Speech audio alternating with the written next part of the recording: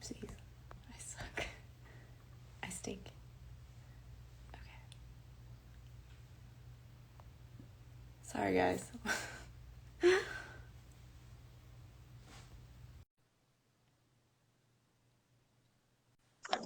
Perfect. Ah, I love it. Hey, Hi. Wait. I'm gonna turn the commenting off. Sorry, guys. It just is a little distracting. Um, unless you want comments on. Do you want comments on, or do you care? whatever. It's your channel. Whatever No, you want to dude. do. It's us. It's all. Do you want to answer? Do you want me to turn it on or leave it off, or you tell You me? can turn it on. Okay. And I can catch questions as we're going. May I Okay. help you? Oh my gosh, I love that. I love it.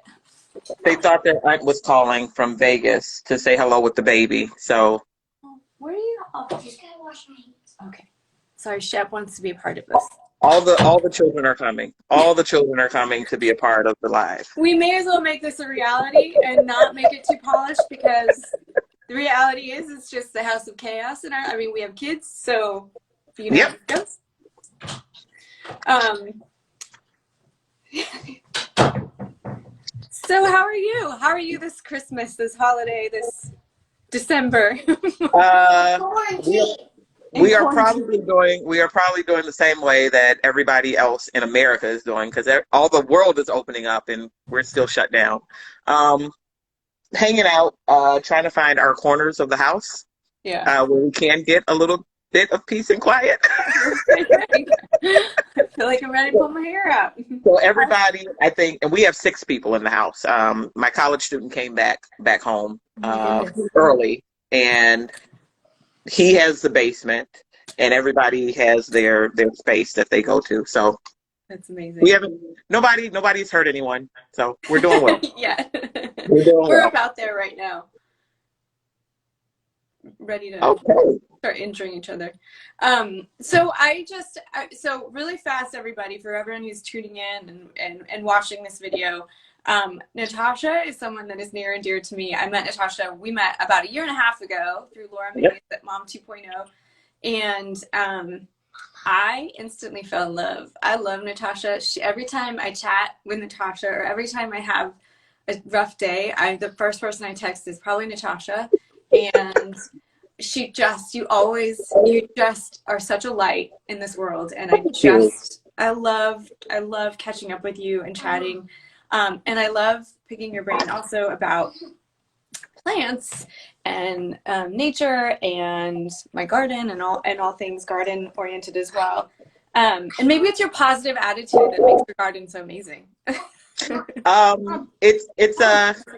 We'll say that. We'll go ahead and say that. Well, instead of my freaking stubborn nature of being a firstborn child and seeing things, needing to see things go properly, and then getting immense joy out of seeing something start from a very small seed and then be able to feed a bunch of people. It's really awesome to see folks eat something that you've grown and then Yeah. be super happy about it too. So yeah. Yeah. So what is like Come here.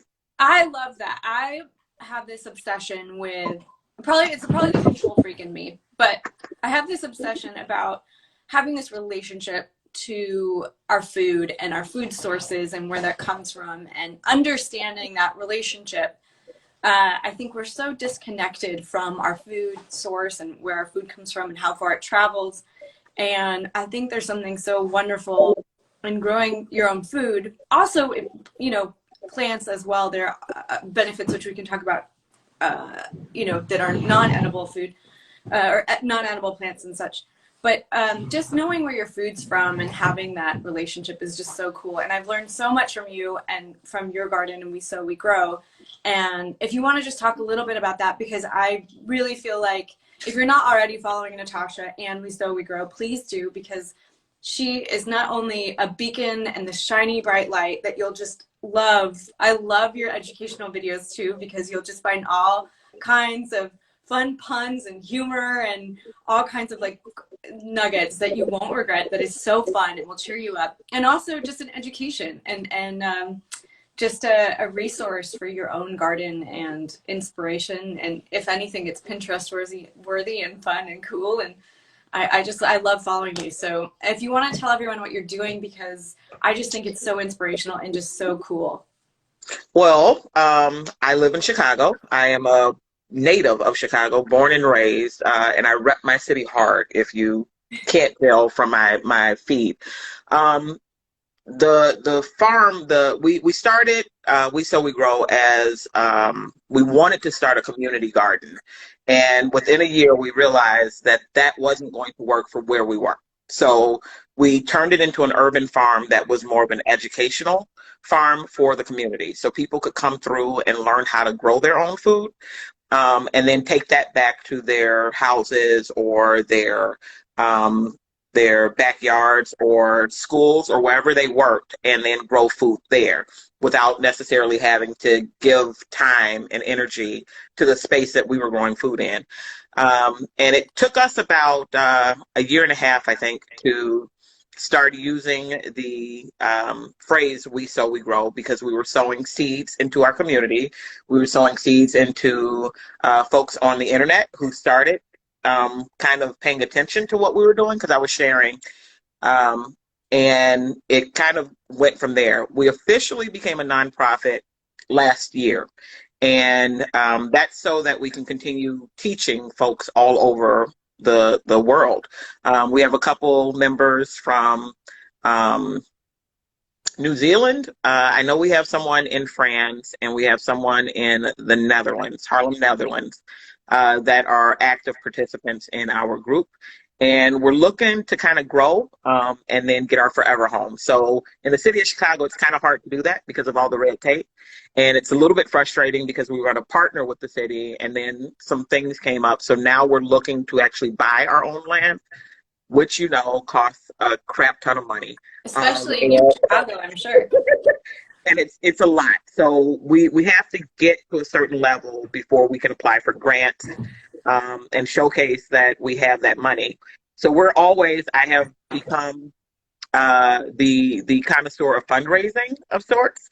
Then we find all interesting ways to fundraise. So you may see a couple of people out in the wild wearing gear that says "Dirty by Nature," because that's what we say that we do. We get dirty by nature, and those T-shirts, and we can share them in your update when you put the live up. We can share them in the comments to show people where they can go. Or you can go to our Facebook page, or we're here on Instagram, and you can donate there. I'll link it actually. After Yeah, this, I can just link it to your site, right? yeah, Yeah, that'll be I'll do perfect. that. Yeah. And you can donate via Instagram or Facebook. That money comes directly to us. They do not take any money out of it, so you don't have to worry about it. And hopefully by the time next year is over, we will have our own building where we can hold classes in, and then also Zoom classes and everything. And we did our summit that you participated in this year, so that was fun.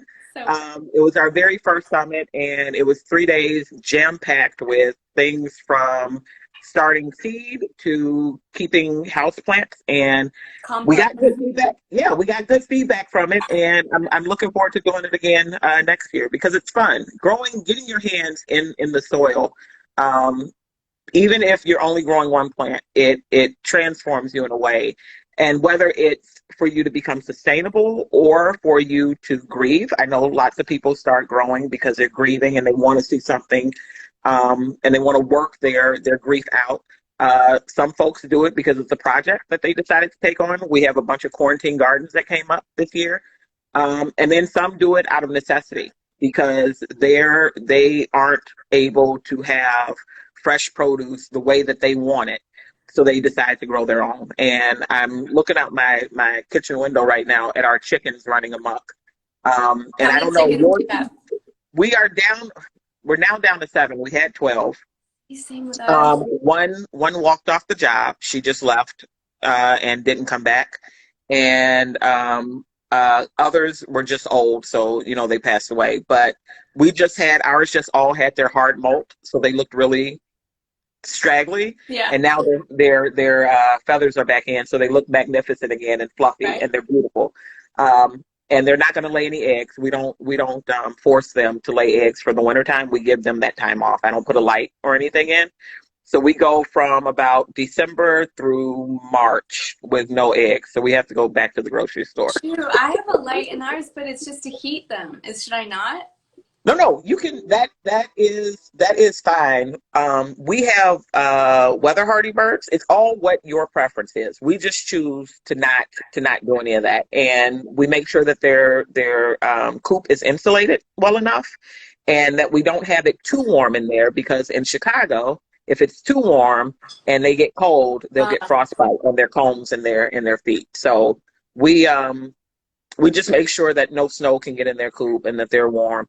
And they take 3 months off, so they get a 3-month vacation from having to provide eggs for us. I love that. And I also think what's so great about that is that you're learning the cycle of nature, which we all take it for granted. And I love knowing those little details because we want eggs, we want bananas, we want grapes. They're not in season, but they're sure big and beautiful at the grocery store. So it's and there's nothing wrong with that, but I think just knowing and understanding that and then living it like you're doing and then teaching others how to do that, I feel like it at least is empowering so that you understand and are making decisions based off of that knowledge. I love it. I'm a nerd for that. Yeah. Do you wanna answer some of the questions that we got from you yesterday, I think? Sure. Okay. A couple of them are some really deep questions, and I wish that I was smart enough to provide it. One of my favorite ones was the best way to do better is people. And it's honestly to know that everybody is at some point in their life where kindness may be the difference between, the kindness being spread properly or them being completely and a total jerk to somebody else as they're going on their day. So always choose kindness, no matter how much or how much you think folks deserve the opposite. Always choose kindness. That was one of my ones. And something that I've had to tell myself often this year with people, you want to always choose to be nicer to folks. And someone is also interested in how in the world I take care of plants in Chicago. So our season ends about the middle of November. And then we will start our seeds at the end of next month because we have such a short growing season. We don't live south of the Mason-Dixon line, so we don't get an extended one. And we can't grow all year long unless I'm growing inside with aquaponics or hydroponics or grow lights. And we choose not to do that because it's really hard on our electric bill. Mm-hmm. And in order to grow that much food to rival what we grow on the farm, it would be horrible, and my husband would probably leave me. So we cut out any growing in November. But if I want fresh herbs, I will grow in mason jars in the windowsill. And that's the easiest way to do. So if you want basil or parsley or rosemary, you can do in those wide mouth mason jars. I'm trying to find one. I haven't set mine up just yet. But that's a good way to do it. And you can get some that's already started. If you don't feel like growing from seed, you can get some that's already started, plant it for yourself, and then have something to pull from all winter long. And you kind of feel like you're still bringing your garden in with you. Would you do me a favor? Will you go grab that big mushroom that we have downstairs? That one. What else? Why did I start We Sow We Grow? Just so much. Look at it. I started the nonprofit because I realized that so many people needed access to places to come and still feel like part of a community without having to feel like it was a handout of any sorts or if it was charity. I didn't want anybody feeling that way. I wanted them to be able to come and learn. Hi, be able to come and learn and have fun. You like gardening with your mom? Yeah. And I found out too that the kids in the neighborhoods are the ones that pull everybody. Yeah. He's really good with succulents. I'm not, but and my favorite. I take care of my sisters. Do you? One thing I've noticed that can't be killed. You taking over? Are snake plants. Oh, wait, what is that? This is a snake plant. Oh, I thought you said fig. I was like, that doesn't look like my No, fig. a snake plant, and it's pretty thick. The leaves are pretty thick, and these are very hard to mess up. That's a good one for us. Yeah. So you don't need them in direct light. You don't need to water them often, and they're gorgeous. So Yeah, they're you can really get pretty. The some that color are, is vibrant. yeah, That hurts. that are variated and have fun with it. We also have a monstera that I'm still learning A what? about. A A Madeira? monstera plant. They're called the Swiss cheese plants. So their leaves often Oh, have yeah, holes yeah, in yeah. them. Yeah, so we just had to repot one of those. I am not the guru on that though. My friend Lucretia Braxton is, and she's at Soul Sister Plants. She is fabulous with indoor plants, and I'm your girl with edible plants and everything. But that's what I do for the wintertime. I pay attention to the plants that I tend to ignore during the season, the farming season. And a lot of people ask about growing without a yard if they don't have a yard. Containers are really good for that, especially bags. Hmm. The They grow have some bags, great ones. yeah, and grow bags will also make sure that you never ever overwater because any extra water that they don't need will leach out, and you don't have to worry about root rot or drowning your plants through the roots. And they can sit on your porch as your porch or your deck or wherever you want to put them and be just fine. And they're just as good as growing in raised beds or in the ground. And you can Yeah, grow potatoes in them, which is something that's that you true. can't really do all the time with other things. So those are about, I think overall, those are the gist of the questions that we got for them. Oh, and homeschooling and traveling, we just road school. We just take school with us. That's all we do. It's nothing. There's no. I'm not a genius teacher at all. And we learn what we love, and then we learn the stuff that we need to math, reading, writing. But we learn about what we love, and then they do their own research projects and all of that other stuff, or ask me a question, and then it sends us down a rabbit hole, and that's how we do it. Yeah, That's how we I do think it. also discussion.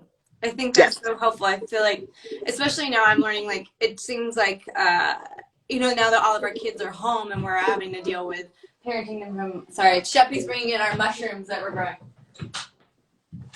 Oh, that's not a mushroom. Those are Fruit Loops. I'm called out. Jared and I just had a big discussion about, hey, we need to, really eat from our garden, be really careful, and be really mindful. He brings home. Show Natasha what Daddy brought home last night. Yeah, go show Natasha the box.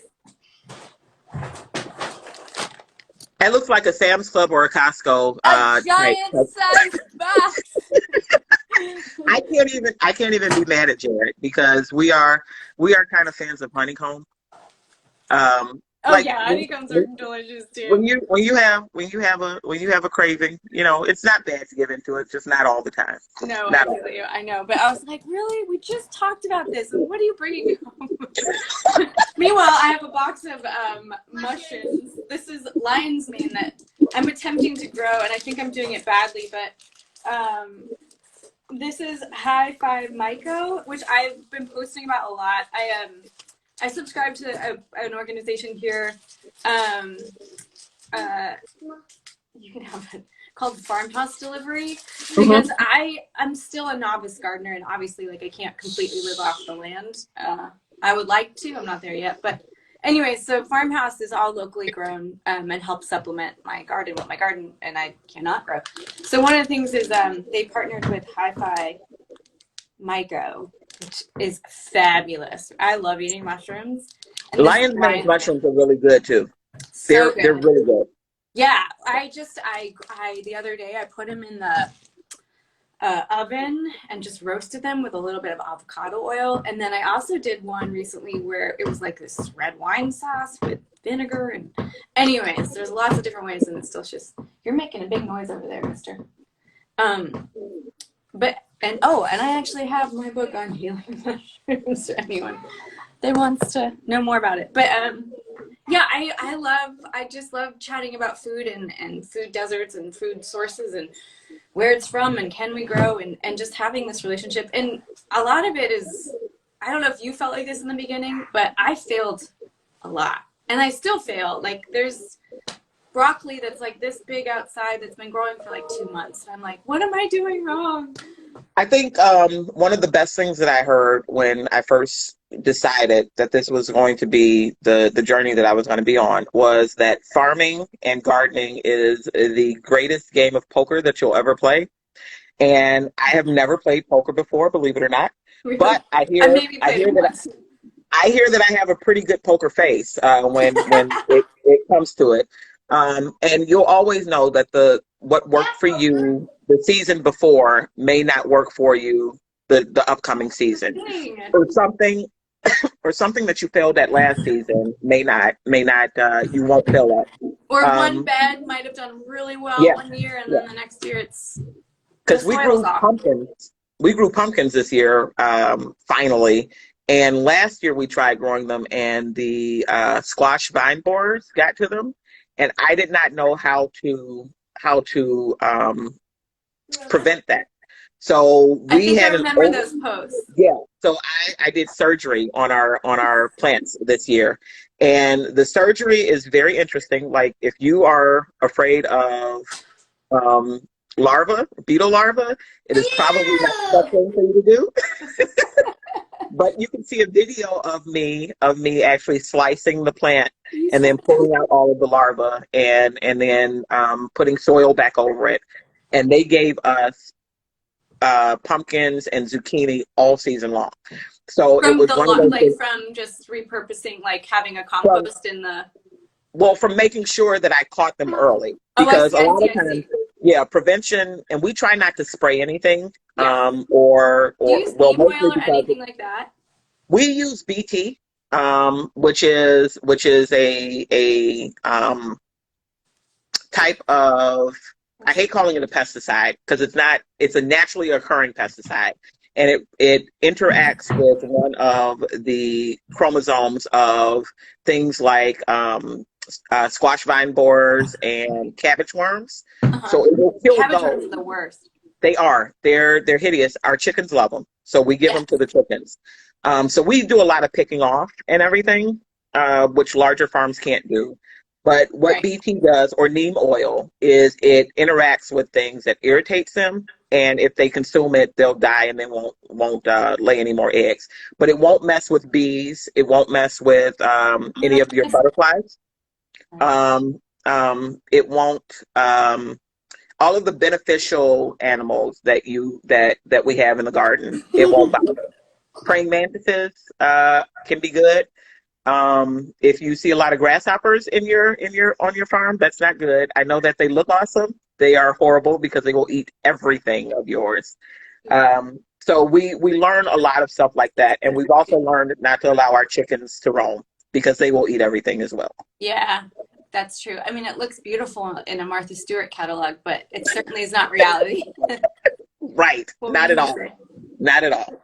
One time I went to this like cave and at the end I saw this like green like this rainbow cricket. You saw a cricket? Was it making a lot of noise? No, it was at daytime and it was like rainbow. Oh, pretty interesting. I don't know how we would react to a rainbow cricket on the farm. And it wouldn't do well. They wouldn't live very long with our chickens around. Because our chickens, Yeah, we give all of the crickets to our chickens too. yeah. We gave the brown ones to them. Hmm. Have you gotten tomato hornworms before too? No. No, we haven't. We've gotten a lot of slugs lately, and a lot of You mean something larva? on our kale. It's larvae, but I think it's like from caterpillars or something. When all the Well, monarchs came in.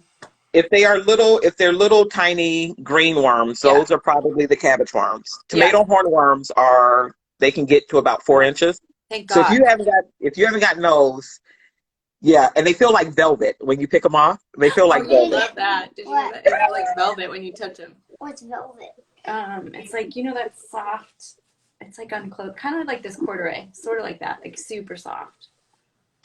Someone else said they've had tomato hornworms, and those things can ruin a tomato plant in like a day. Yeah. They can eat all. So our chickens are very happy during the summertime because they get a lot of protein. Yeah. And then we're happy because we're not putting stuff on the plants, and we can pick. But it can be a little bit cumbersome to have to pick from that many things. It's kind of therapeutic though. I mean, as long as it's manageable, Yeah. it's like super therapeutic. And also what we love to do is when we go through the soil, and when we're just like tilling the soil and like adding whatever fertilizer, we like to hunt for it. Do you remember what they're called? Llamas? No, those giant Grubs. Oh, they're like this big, and they're They're actually like this big. I think With the black heads, they're white. They're typically white with the black heads. ours have like, I feel like orange heads, don't they? Yeah, Someone told me they have orange heads and then white bodies. I don't know if it's true. I don't think they're from a rhinoceros beetle, but I looked. Never. It couldn't have been. But we've had rhinoceros beetles around too. Anyways, they're giant, and we give those to chickens. I think because they might wreak havoc on the roots or something. They I don't do. know. They do, and they also have. We have our grubs are typically Japanese beetles and the squash vine borers. So that's what we have up north. If we saw a rhinoceros beetle, I think we would probably attempt to keep it, maybe. Oh, they're so cool looking. But we don't. They don't. They probably wouldn't live. I have this who would win book. You have a wind bug?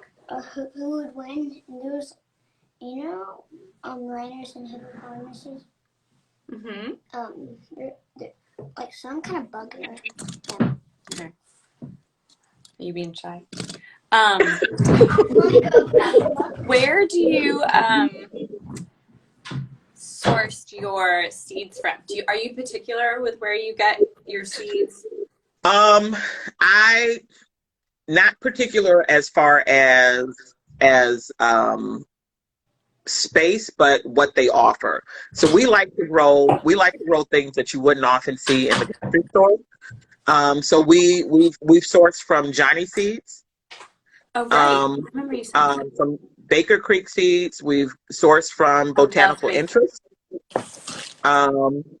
Essentially any place where I can get sun sugars and sun gold tomatoes, and then really interesting varieties of things that we would normally grow. We also have a large. Deb wants to show you his bug. Oh, that is massive. Yep, that's the rhinoceros beetle right there. We have a greenhouse that is in southern Illinois that we'll go to that will start the plants for us if we can't get them because we don't have enough time or space. And we'll go from there. Now, one thing that I love to tell people, because they're like, well, you buy GMO seed, and I'm like, I can't. I'm not a large enough space, and home growers can never ever buy GMO. You can't buy GMO at all. So you don't ever have to worry about your seed being non-GMO when it's offered to you, because they cannot sell to home growers. So that's one of the things. Yep. That's one of the things that you never ever have to worry about. So and even then if you're going to Walmart and Home Depot to some fancy, not GMO. It doesn't matter. Nothing there is GMO. They can't sell it. That's so great to know. Yeah, they can't sell it, so you don't ever have to worry about that. And then people who see things like hybrid, that just means that pollen from one plant was crossed with. And if you think of it as I know this is going to sound very, very rudimentary. If you think of it as plants mating, yeah, that's what gets you. So the same way we're hybrids, that means that that's what they did with the plants. And then heirlooms means that it's true to form. So if you take the seed from that plant or from that fruit that you've grown and plant it again next season, you'll get that same variety. Hybrids won't give you that. So if you plant a hybrid seed, more often than not, you're going to get a vegetable or fruit variety that showcases one gene over another, and it's kind of neat. It'll still grow. It just won't grow true to type from what you got it from. That makes sense. I have 2 different apple trees that we've just planted, so I'm guessing that they will be a hybrid if we were to get the seeds or whatever. Correct? Yeah. Mama, I'm still learning. Yes, do baby. you think I could take on a Tasmanian tiger? I don't know. Jeff wants to know if he can take on a Tasmanian tiger. What do you recommend if you live in an apartment? Sorry, someone's just asking. That's a good question. Like if you don't have a patio or a yard, you were saying herbs and like mason jars and such. What about, you know what I did that it's a little pricey to be honest, but I did one of those arrow gardens. Yeah. I think they're like $150, so it is a little expensive, but it does have the grow light and it does grow. We had a pretty good yield. I forget what we were growing, maybe basil, and then we did one with a fish at the bottom too, but I just couldn't get myself to eat it at the end because Really? Yes, it just. You mean you couldn't eat the vegetables or you couldn't eat the fish? Well, I wouldn't eat the fish. It was a fighting fish. What are they called? The betas? Yes. Okay, because I know some people do it with tilapia, and they'll. But you I know can't have that tilapia, in your kitchen. It depends on if you have a good enough setup. Some people will do a setup where they have a big tank and they will, because tilapia doesn't grow very large. I don't know anything about tilapia. I'm not an expert in this, so you all do not get mad at me. I'm just telling you the way that it works. So why don't we test it? So the poop from the tilapia fertilizes all of, so you don't have to have soil or anything. Yeah. And then it's like the little plants, rocks and stuff. and then the plants give back to the tilapia. So it's a nice super cycle. cool symbiotic relationship that's going on, and you really get to watch nature in its true form. It's pretty wild. Yeah. So we as far as an apartment, I know the garden. There's a garden tower that a lot of my people lettuce grow. use. Yep. And that has, I think, 30 something different spots where you can grow things. Yeah. And as long as you have a window that is either southern or eastern facing where you can get sunlight for about 6 hours a day, you should be able to do a great. And now I think they even sell the lights for it. So if you wanted to get a little bit more aggressive with it, or if you don't have the lighting, apparently I think you can get the artificial lights to help. Yep. And lights are sold at your garden center, your neighborhood garden center. You can also order them online from those places like Johnny Seeds or Baker Creek Seeds. And if that is absolutely a little bit too expensive, and we realize we're not shaming anybody for where they have to shop, Amazon is always a great source too to go to.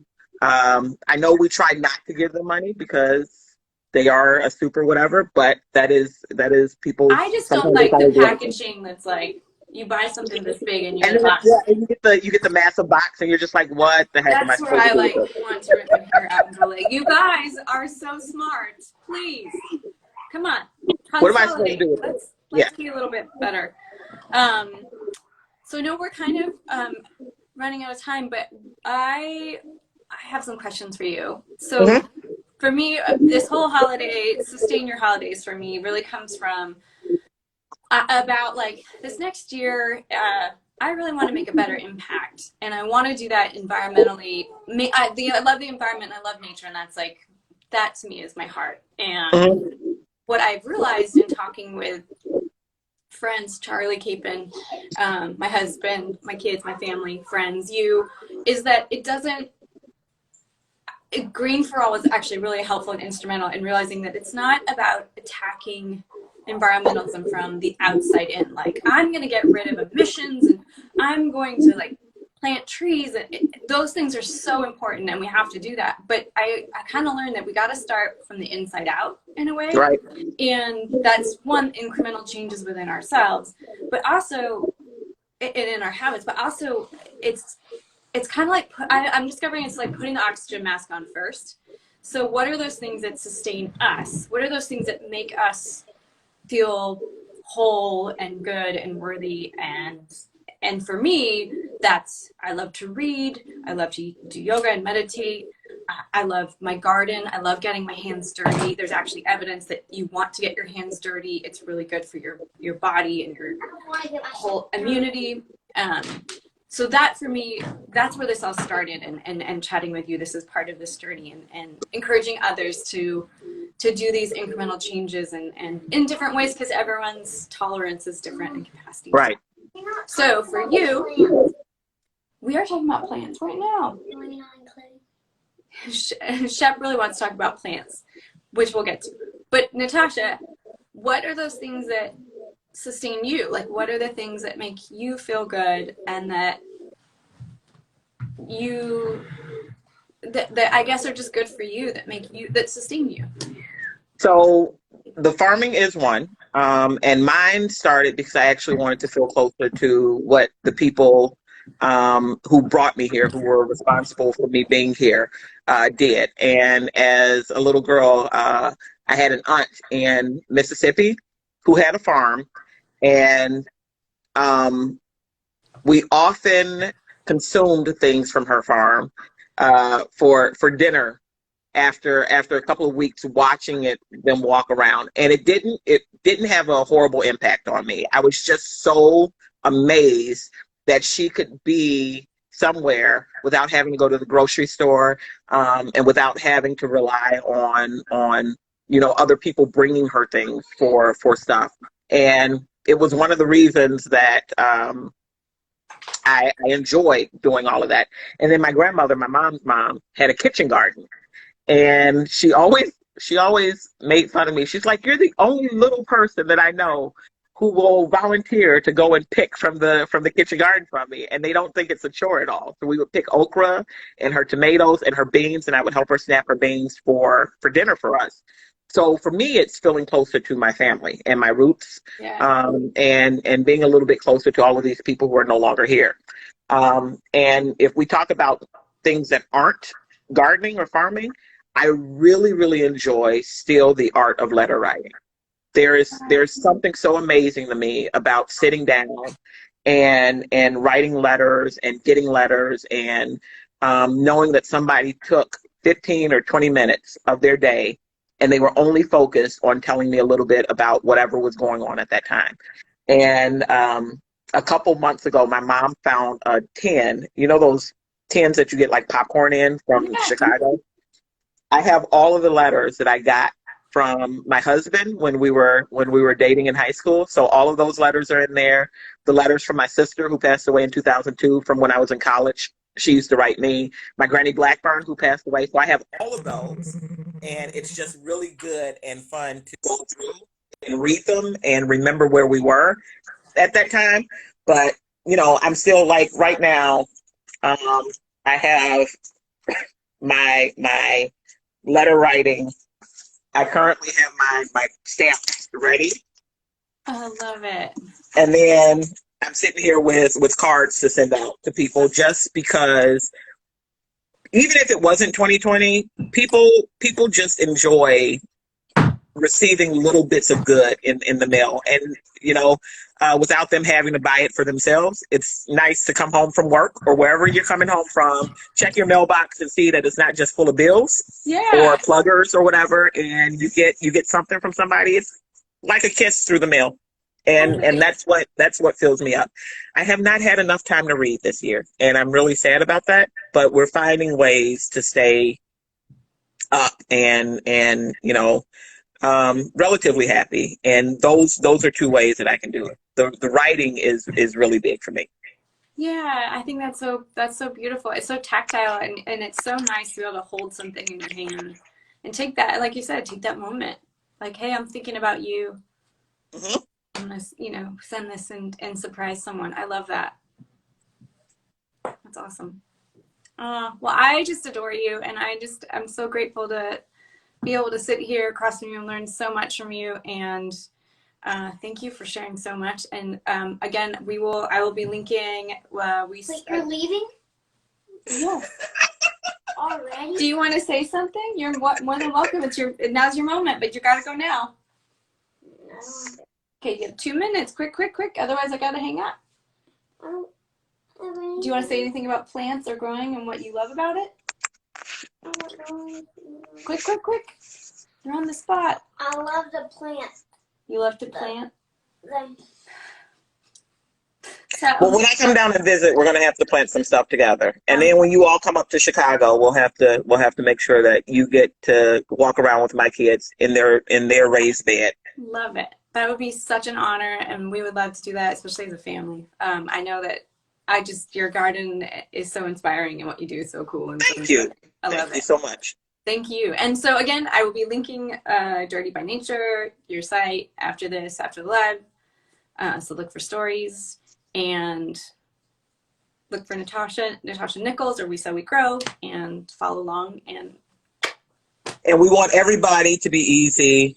The holidays don't have to be stressful. I know that people want it to be, but lean into it and remember it's all about family and having fun. Go bake some cupcakes or some cookies too. yeah, That would be good. exactly. Indulge, have fun. Okay. All right. I'll see you soon. Talk to you later. Love you, Jen. Love you too. Bye. Bye. Okay, ready? Let's see if I can do this properly.